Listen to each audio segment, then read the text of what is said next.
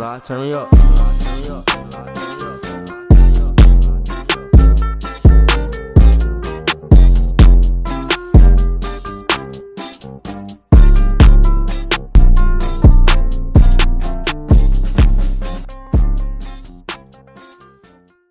Hey everybody, and welcome back to another episode. It's your girl Kianda, William, Crystal, Chris, Nico, Brianna, and we are the bunch. Today's episode is titled Break Every Chain.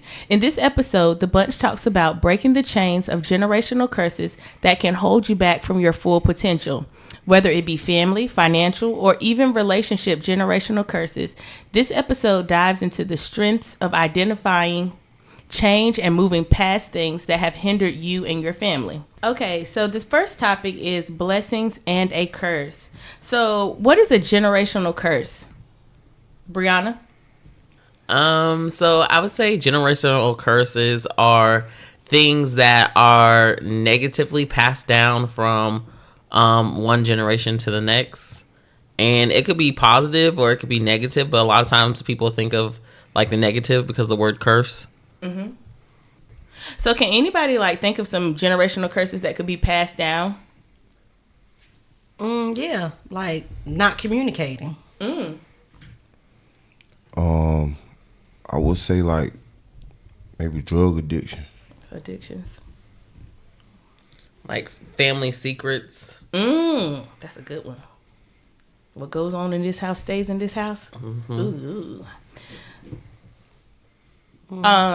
Even health issues, right? I feel like health issues can be passed down. Definitely.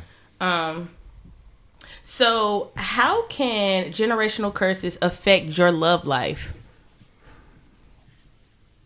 I think it just depends on what type of generational curse. Like if you come from a family where y'all didn't talk about anything, you just swept everything under the rug, that can affect your love life, your relationship, because in a relationship, a marriage, you got to communicate. Whether you want to or not, you just can't sweep everything under the rug. That's a good point. I'm going to talk about my family in particular.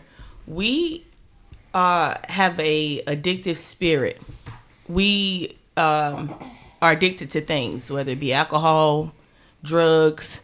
I had a conversation with my mom where I was telling her, I thank her for dealing with her demons, like drug abuse, because a lot of things that she had to fight and she had to conquer put me in a situation where I don't have to handle those things. I don't have to deal with those things.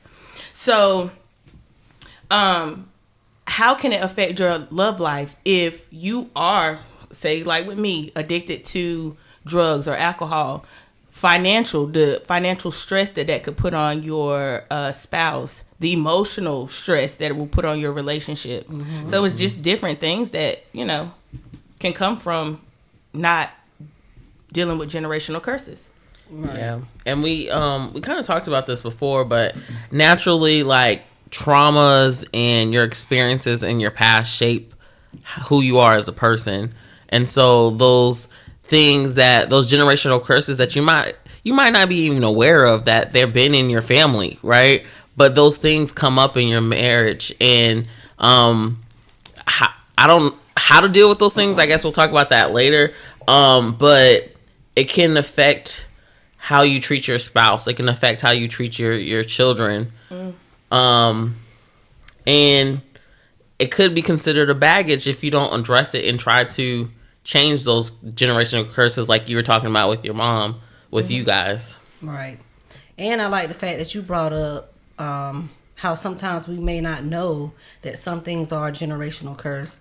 Like for me and my family, and I didn't realize this until I became grown and married, but there's no boundaries in my family. Like, it's a bunch of us, right? We all know everybody's business. There's no boundaries. Like, you get what I'm saying? So when you're married, things that you're going through in your marriage, you got to set up boundaries. Everybody don't need to know what Crystal and Chris got going on, Right. So that's, to me, I feel like a generational curse, because I'm big on boundaries. Everybody might not think that way, but I think that's a generational curse, not having it. And like Chris kind of touched on financial stress. Like if you have family and they're not financially stable, they're always having to borrow this or borrow that. I know for me, I can't be a borrower. Like I just don't like that. So listening to him talking the last episode about, just, financial, making sure that we are secure.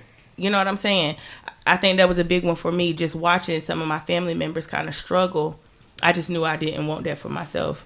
Babe, what about you? Any financial generational curses? I would say like the lack of communication, and also like attitude problems. Not being able to express the way I feel in a good way.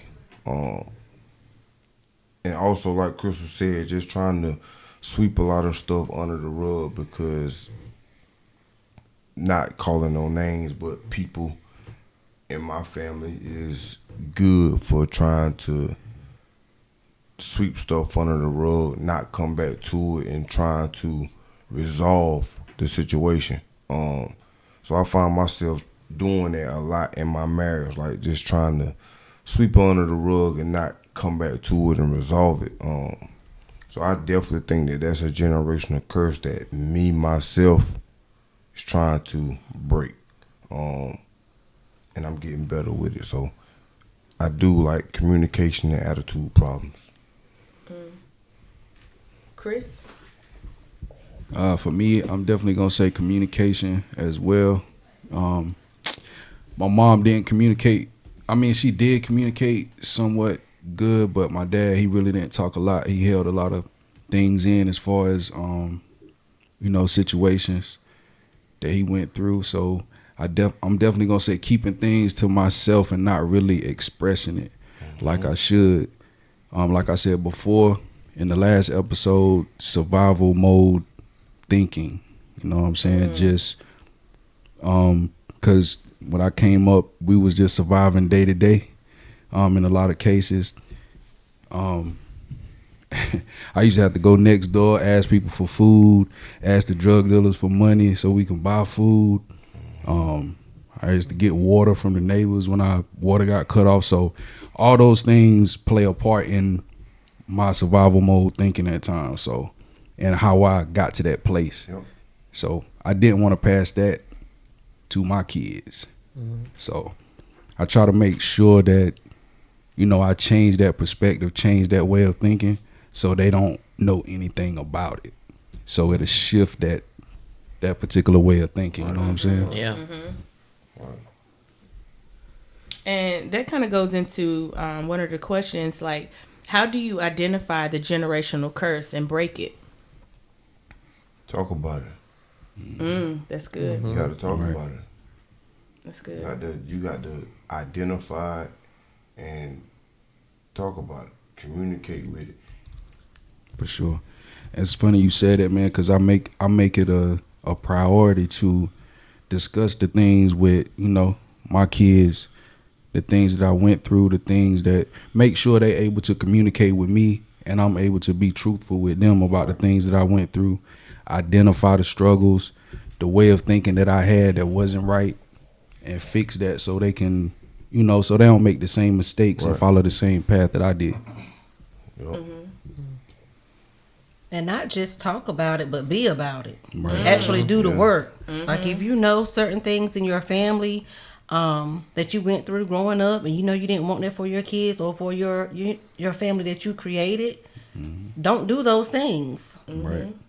Or if you start to do those things, just realize, hey, this is what I'm doing. I need to stop. Do something about it. Not just say, oh, I'm sorry, Absolutely. this is how it was when I was growing up. Fix it. Do it. Yeah. I was watching this show and this guy was talking, it was Love is Blind, I think. And the guy was basically talking about his family and how his family unit really didn't come together during like holidays or have big kind of family gatherings.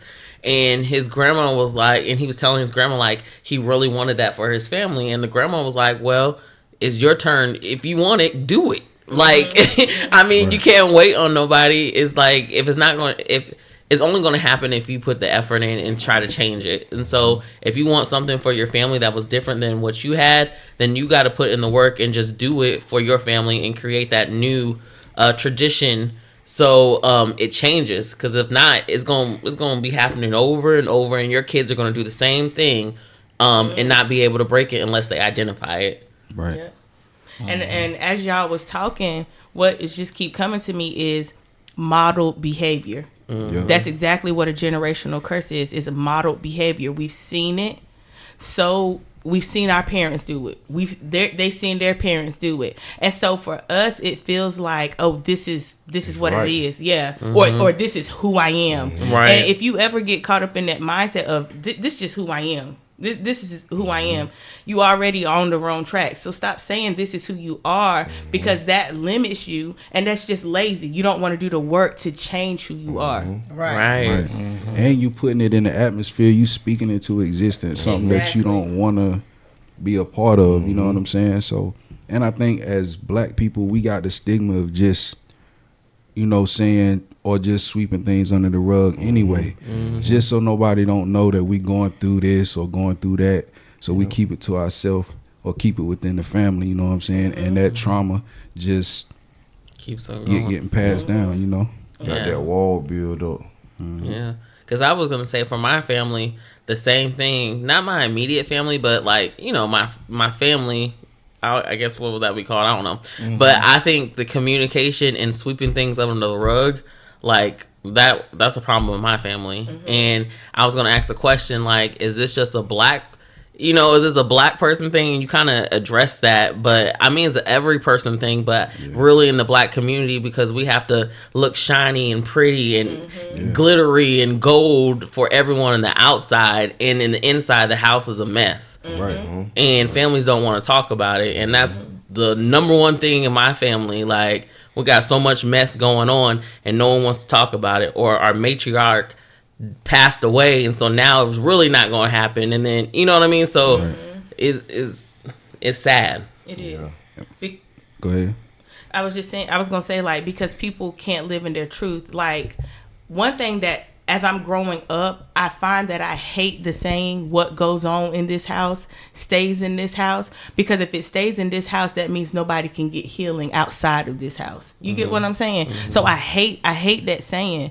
So, that's what I'm just saying. It's just learning to be authentic and learning to take accountability. Right. And that's what we lack. The People don't like to take accountability. No, we lack that.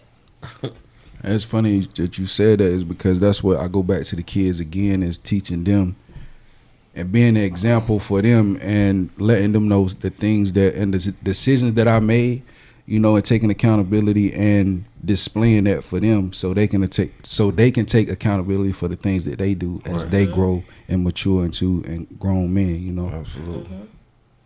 Absolutely. And my thing is, how powerful would that be if families discussed and talked about these things, and how would that impact the African Americans living in our country? How would that move us all forward if in our own households we could talk and discuss these things?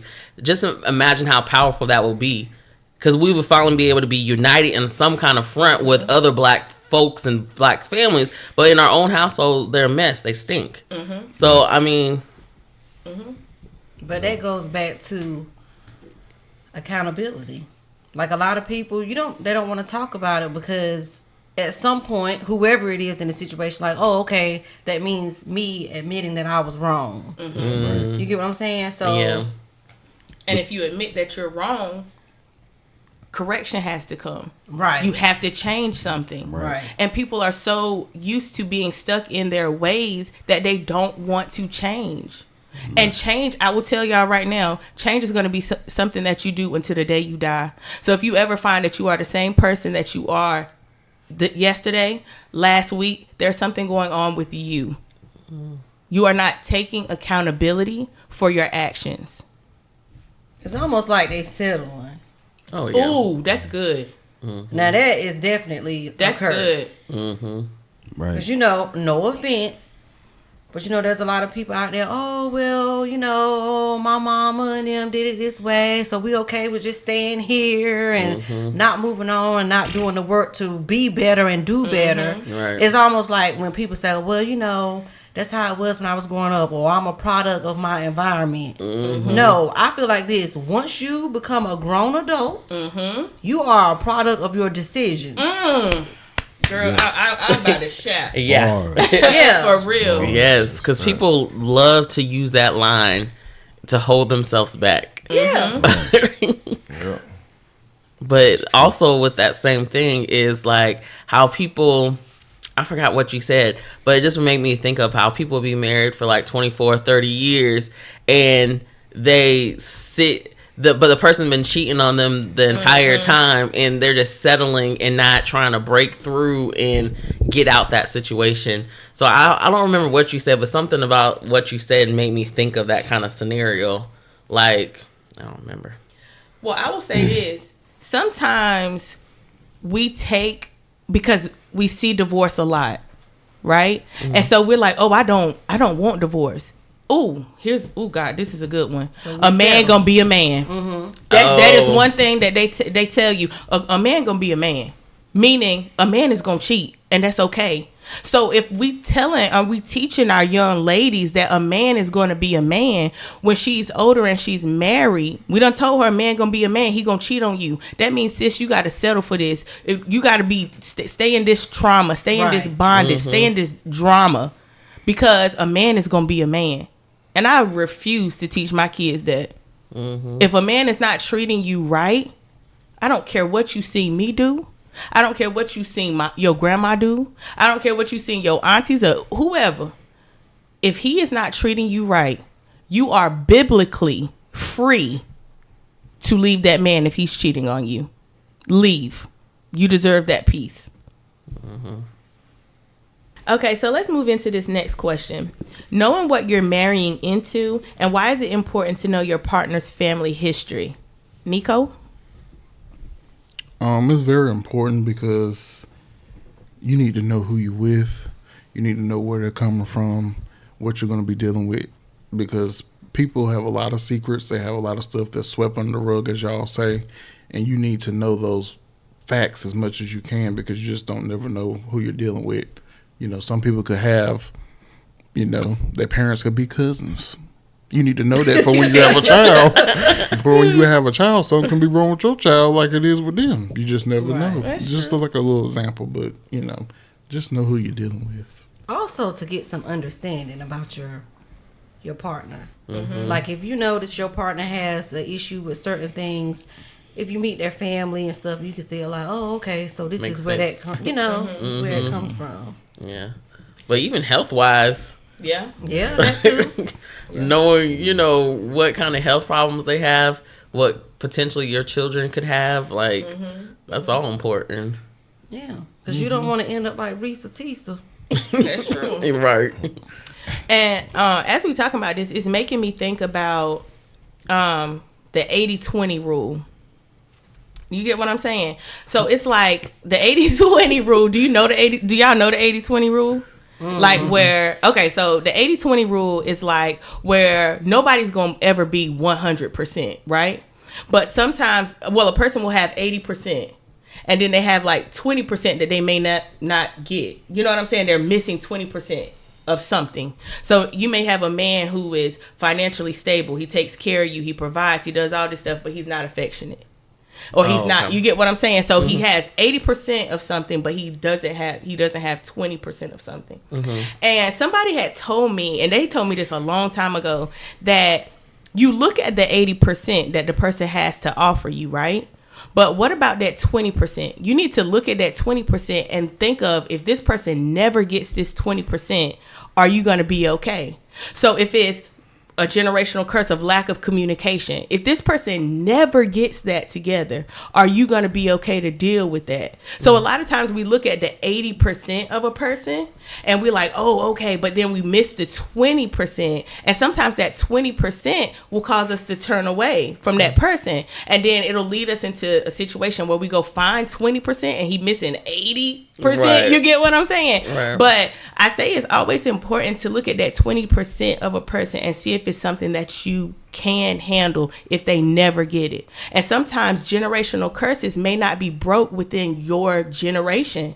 So if that person is never able to give you that 20%, are you okay with that? Are you going to still be able to love this person through not being able to give you that? Right. It's a good way of looking at it. All right. So my next question, making the curse a blessing, using it for your good. Do you think that's possible, Chris? Yes, I do. Like I said earlier, just addressing the curse, addressing the struggle that you're facing, and just making steps towards fixing it. Being honest, transparent with your kids for the most part, so they can know how to face the sin, the curse, or the struggle, whatever that you may be dealing with in the future. So they can, you can change the tone, change the direction of the way things going. So it can definitely be a blessing in that manner, but you just got to face it. I think just like my parents, it's a lot of things that they went through and they never discussed it. They never opened up about they never was transparent about it and told, me about it. So I think a lot of parents do that to protect themselves so they don't look a certain way, so they don't look bad, or so they don't feel ashamed about what they're going through. But I think if the more transparent we be to each other and our kids, we can change the whole tone of things. That's right. Because some things we just won't know. It's just some things that we don't know, and we're learning as we're going through the process. So if we can be transparent about that, it's a learning lesson for everybody in the family. Right. Mm-hmm. And I think once you know, or once you identify those curses for yourself, then you can start to put things out in the atmosphere or in motion for the change to occur within your family or in your household. Like you can deliver those messages to your kids and just tell them, this is what I had to go through. This is what we was dealing with. I don't ever want you to go through this, because I tell my wife all the time, far as my dad, and I'm just being honest, it's ways that he has about himself that I do not want. I don't want them ways. I don't want to act like that. I don't want to be like that. And I tell my wife all the time, I don't want to be like that, man. I swear, and I try to do everything I can possible to not act like that, not try to bring that into my household. Because it's bad. It's bad, and I don't want to deal with it. But at the end of the day, I do think that they can be a blessing. Right.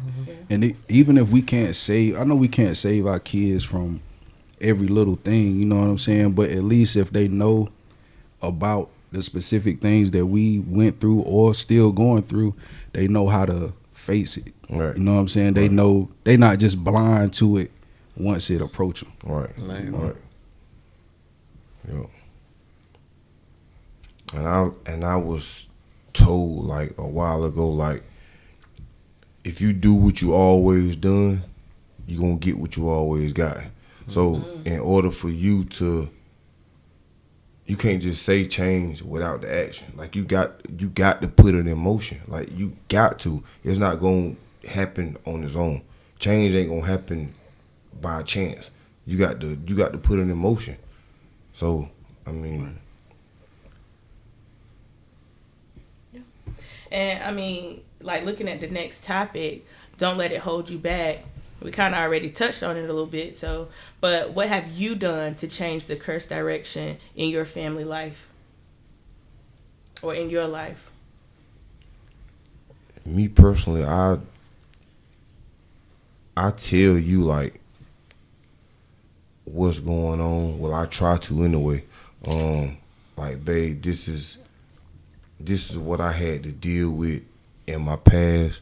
This is what my family dealt with while I was coming up. This is what I saw, and this is what I don't want in our relationship for our kids. Like, that's not what I want.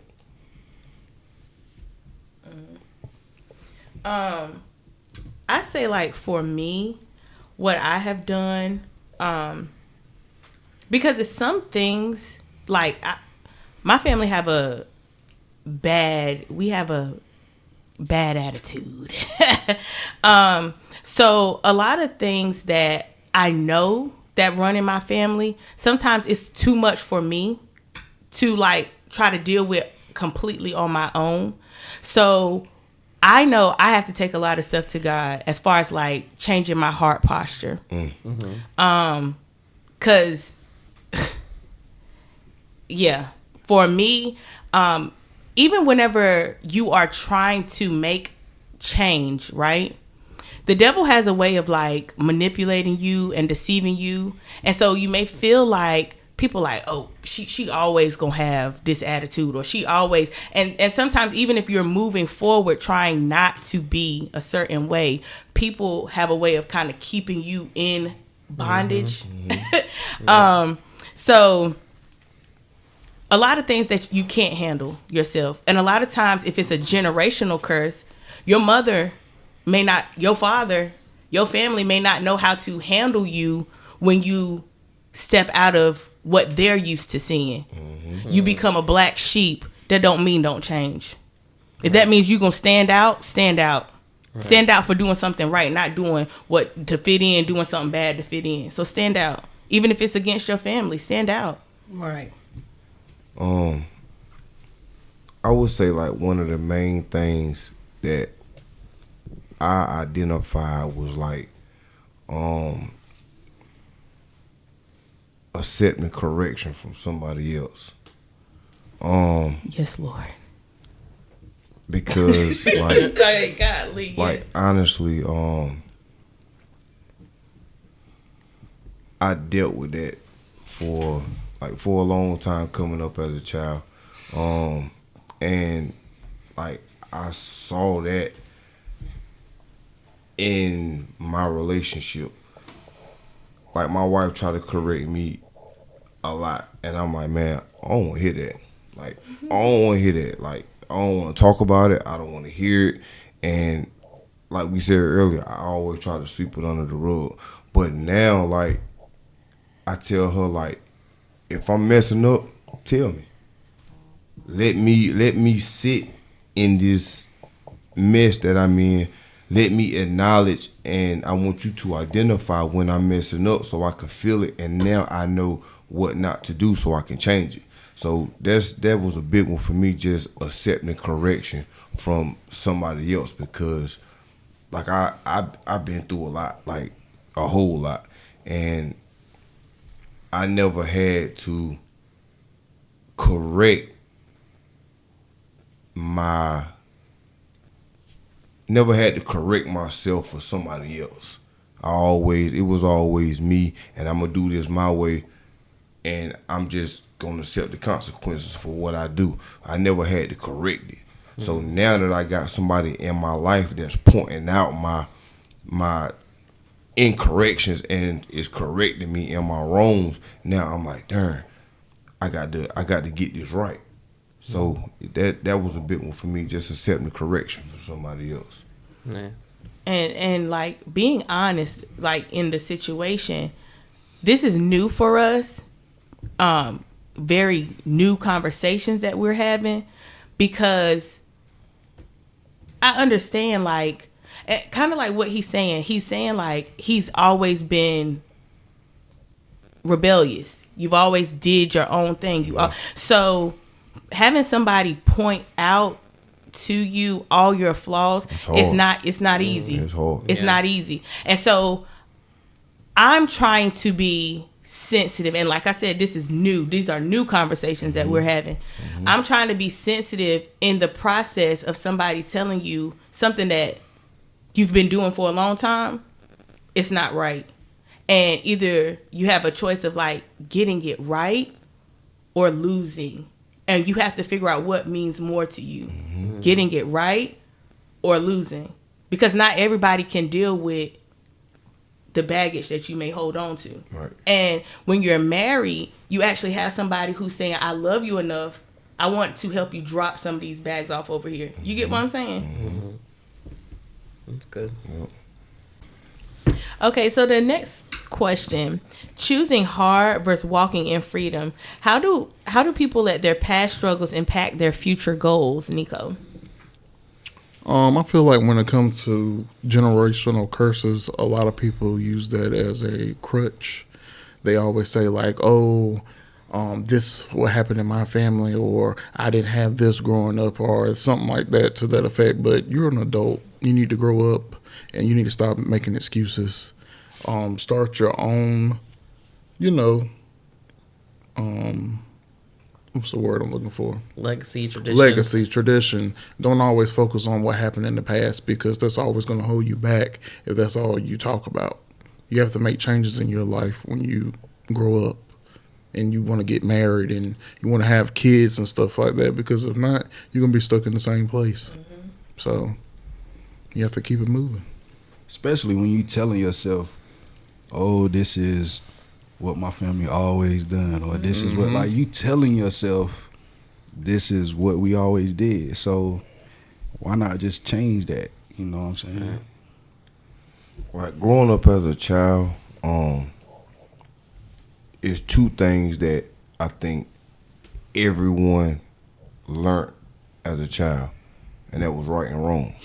So once you grow up and you have identified that what your mom was doing or your dad was doing or your older brother was doing was wrong, then you got to make that change or take that step in order for it to change. You know what I'm saying? Like you got the right to say that's wrong. I don't want to do that.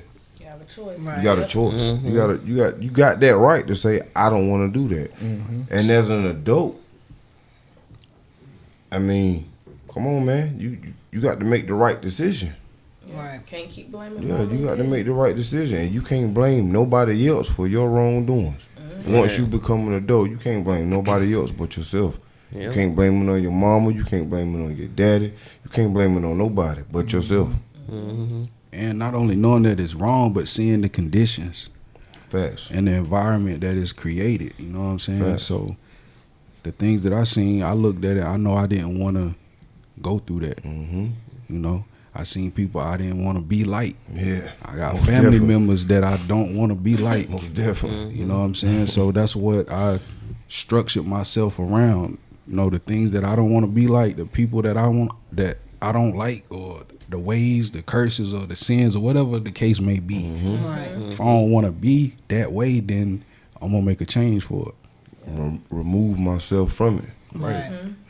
And it don't always have to be like something major or really deep. It could be something as simple as, I remember one time me and Chris were talking about how we grew up and stuff like that, and I was telling him how my parents are a little older. So growing up, I mean, still to this day, what we say go, because we're the adults. But it was also like, even if you had like an opinion, like let's say there was a disagreement, you didn't talk back. You didn't say, and a lot of times it wouldn't even be just me like talking back. It'll be just like, well, let me just say, well, this is what I think. You get what I'm saying? Right. So, like, growing up, you didn't talk back what your parents said. You know, that's what you do. You listen to them. And we were talking about it. We was like, yeah, we don't want that. So, now, when there's a disagreement with the kids, I mean, we talk it out. And, of course, they don't like it. I mean, you're going to listen to it. But also, as an adult or being in that parent role, we listen to how they feel. Right. Right. Because, I mean, we still gonna lay the law lot of land in the house, but we allow them to have a voice. Right. Coming up, I ain't have a voice. It's either you did this or you don't, or you get, you get in Punished, trouble, or Yeah. you know what I'm saying? You want to allow the kids to have a voice and explain and talk about, so you can know what's going on in their mind, their mentality. Yeah. Teaching them to explain things in a respectful way. Right. Yeah. But just because you voicing yourself, that don't mean That you're talking back. you just it's gonna ride out Right, how you right. think it's gonna ride Yeah. out. Right. Yeah. So You give them a chance to express themselves. You know what I'm saying? Something we couldn't do. Like, we didn't have the opportunity to express our true feelings while we was coming up. Like, what we wanted to say or what we was actually feeling, we couldn't express that. and You if know we what I'm saying? did express it, it was expressed in a negative manner, doing something we really weren't supposed to outside do. the household. Yeah. Right. Yeah. Yeah, I think in education, I get that firsthand. And I remember I was at some conference or something, and someone says your past experiences shape how you communicate. And basically, like, so, for example, when a student says something, or I say something to a student and they say "what" to me, I'll be like, "What you just say?" Right? But that's my past shaping how I communicate and how I perceive that. But in their household, that might be okay with their family. And so it's, as you guys are saying, like, kids like to express themselves and stuff like that. I really see that in the educational field. But that allowed me to see, like, okay, how does my past really shape me and how I'm going to parent, or what I need from a child to communicate with them. So, like, just having that experience just opened some things up for me, and how I was raised, and how I communicate. So I understand where y'all coming from. It really did. Well, that's one word.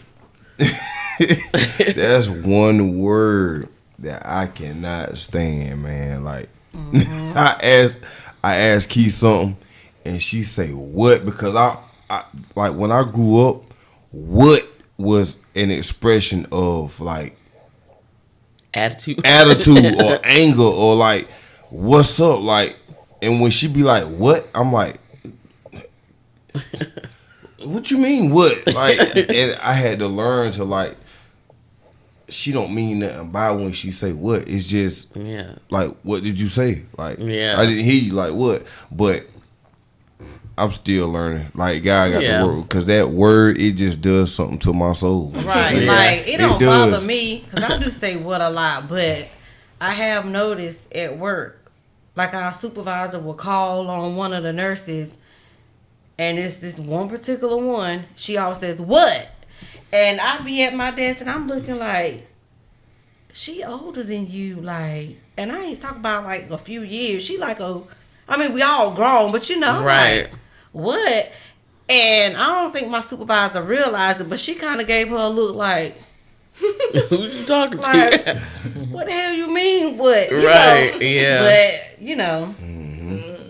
There's something about that word, man. Yeah, There's really. something It about get me. My students know. There's something about that word. And Key knows. She all look at her, or I ask a question, and she'll say "what?" and I won't say nothing else. I just shut up. I won't say nothing. She's like, "Babe, what did you say?" "Oh, okay." Like, But I'm gonna go back a little bit. When we was talking about like kids expressing themselves. So a lot of, like, we kind of mentioned, like, communication being a generational curse, and I'll say, as long as we're giving kids a opportunity to express themselves, but then also receiving what they say to us, because that can also yes. determine how much they want to be vulnerable with you. Right. So if I express how I feel and you still yelling and screaming at me like you didn't even receive what I said, that's not effective communication. So now we put in this communication bondage on our kids. So give them an opportunity to, because I'm gonna tell you, if y'all know my kids, they're gonna eat me up.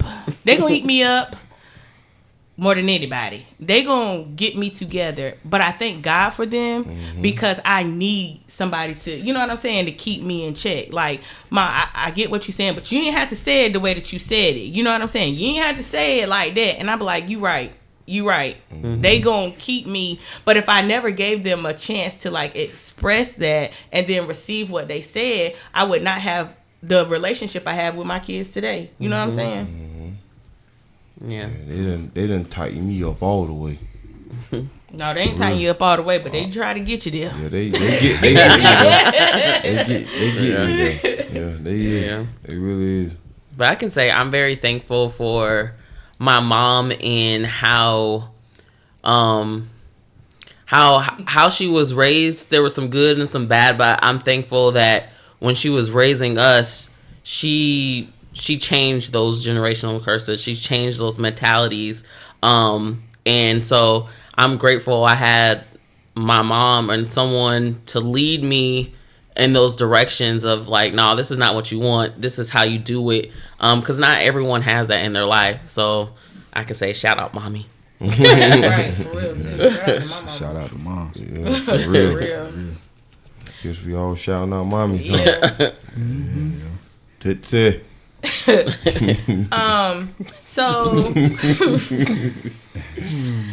So what do y'all think about like self-inflicted experiences that like help shape us, or like soul ties?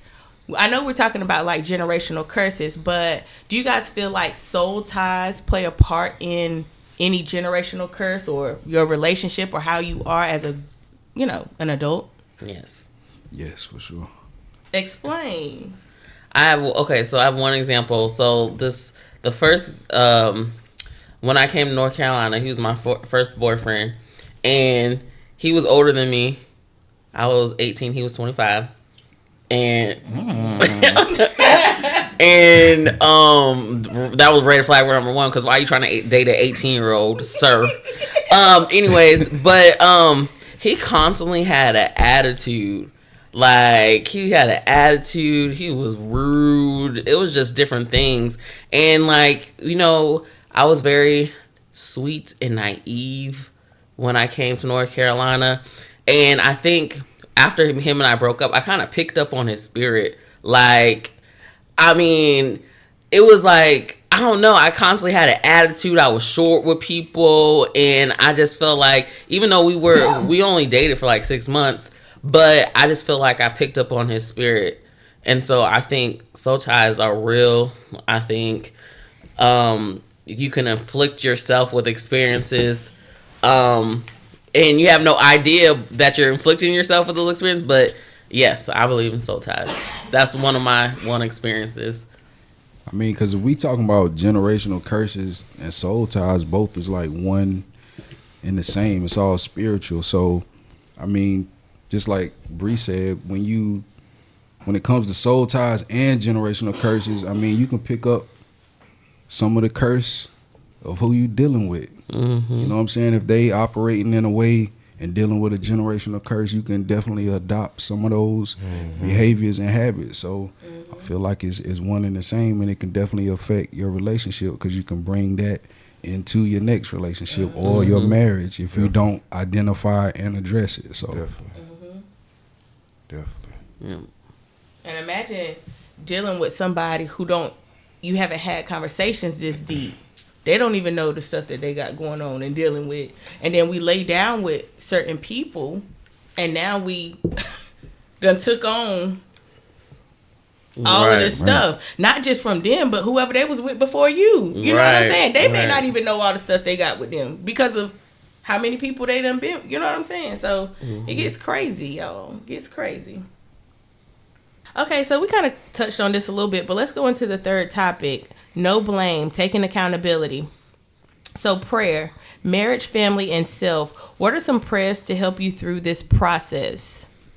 So I guess I'll kind of go first. I am intentional with my prayer. My prayer life is, I'm being super intentional to the point that I got a prayer board. I got a prayer board, and just, you know what I'm saying? Like, it's a lot of stuff that I feel like if I know what it is, I can take it to God, because some things I just can't do on my own. I can't do it on my own. So when it comes to prayer, I'm being very intentional. I'm talking about writing it out, making it plain, allowing God to establish this plan for me, like for real. So my prayer life is definitely different than it has ever been before, because I'm not looking at things now with just my natural eyes. I'm looking at things more with my spiritual eyes and seeing things for what it really is. So yeah, my prayer life is just a little different right now, in a good way. Anybody else? I say for me, and a lot of people, they might not believe this, but I worry about a lot of things, so I pretty much take every single thing. Like, I just pray about it. Mm-hmm. Because I hold on to a lot of stuff. Like even things in my family, like my family member stuff that they go through. It's like I can feel it. It's almost like I'm going through it with them, if that make any sense. So I pray a lot. I just take everything. I don't care. It could be something small. Somebody getting on my nerves at work, like I be saying a prayer because I don't know. I just He's your help. yeah. I got to, like, cause if not, if a lot of stuff, if I take it into my own hands, it's gonna be a mess. Because for one, I go from 0 to 100 quick. Like, it don't take much.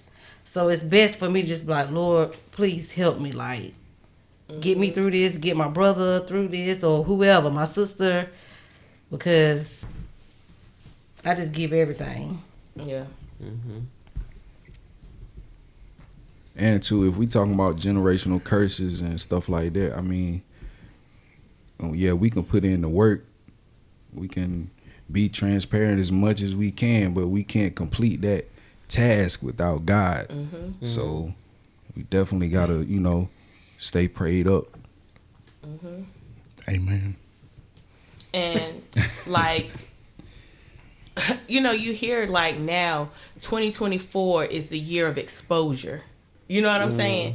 You keep hearing that, and what it is the devil has been deceiving people for so long that they think that certain things, kind of like what you said, Crystal, it reminded me of this sermon that I was listening to, and he was like, the devil deceives us to keep us in bondage. So a lot of times we will talk ourselves out of things and we'll use it like, oh no, this is wisdom, but it's really fear. So an example like, oh no, I think it would be wise if I held off and didn't write the book this year. No, I think it would be wise if I, didn't spend the money on this thing, even though God has told me to do it. But I think it would be wise. And that's how the devil plays with our mind. He deceives us to thinking that if God has blessed us with wisdom and a knowledge to move us forward, to elevate us, he keeps us in bondage by deceiving us with fear, with worrying, with anxiety. You know what I'm saying? And these things are all passed down. Yep, it's all passed down. But people, again, hey, that's just how I am. I'm a worrier. No, God ain't told me that. Yeah. He ain't told me that. Yeah, one of my biggest prayers, man. I know people pray that they want things to get better and they want things to change, but like for me, I pray that things do change and they get better. But one of my biggest things is just thanking him that things is not worse than what they are. Because things could absolutely be worse. So instead of me just praying all the time, just hoping things get better, pray things get better, pray things change, I just thank him all the time that things is not worse than what they is. So I just give him thanks, man. That's it. I do pray a lot and ask for it, but I thank him the most that things is not worse. Yeah. I get that. And just kind of like what we saying, because the next one is just, staying motivated. How do we stay optimistic? And just understanding that I ain't trying to be biblical, but this is just where it's going. Faith without works is dead. You have to put in the work. Along with having faith, you have to put in the work. But you're right. I thank you, God, that it's not worse. I thank you, God, that you woke me up so I can get this right today. But also putting in the work and the effort. I was telling Buki, like, love is not a word that you just say. It's just, you know what I'm saying? Sure. It is an action. It is an action. So we have to do more walking, less talking and more walking, and being led by God. Being led by God. And anybody else got anything else? Anybody want to wrap it up for us? Crystal? I would have to say, when it comes to this episode, I would encourage people to just look back over your own life, how you grew up, and just realize the things that maybe went on throughout your life that you did not like. Because another thing, we talked about it earlier, all generational curses is not like wrong. If it's something that you did not like, how things turned out, just do the work. If you know you don't want your family, your created family, let me say that, your created family, if you know there's things that you don't want your created family to go through, do the work. Do everything that you can. Even if that means seeking help outside, therapy, whatever it is you got to do to make it right for your family, do that. It's very important. Yeah, make the family you want. Exactly. By being the person that you need to be. Right. That's good. Because yes, your family that you grew up with is very important, but also your created family is important too. So just know you can change it. yeah. You can do it. Sure. All right, y'all. That was good. I have to give us a hand clap. All right. All right, y'all. So leave your comments down below. Are there any generational curses that you struggle with? And if so, how did you break your generational curse? Or what strategies are you using to break your curse? Again, like, comment, subscribe, and follow us on all of our platforms, you guys. And remember, the wedding is only the beginning.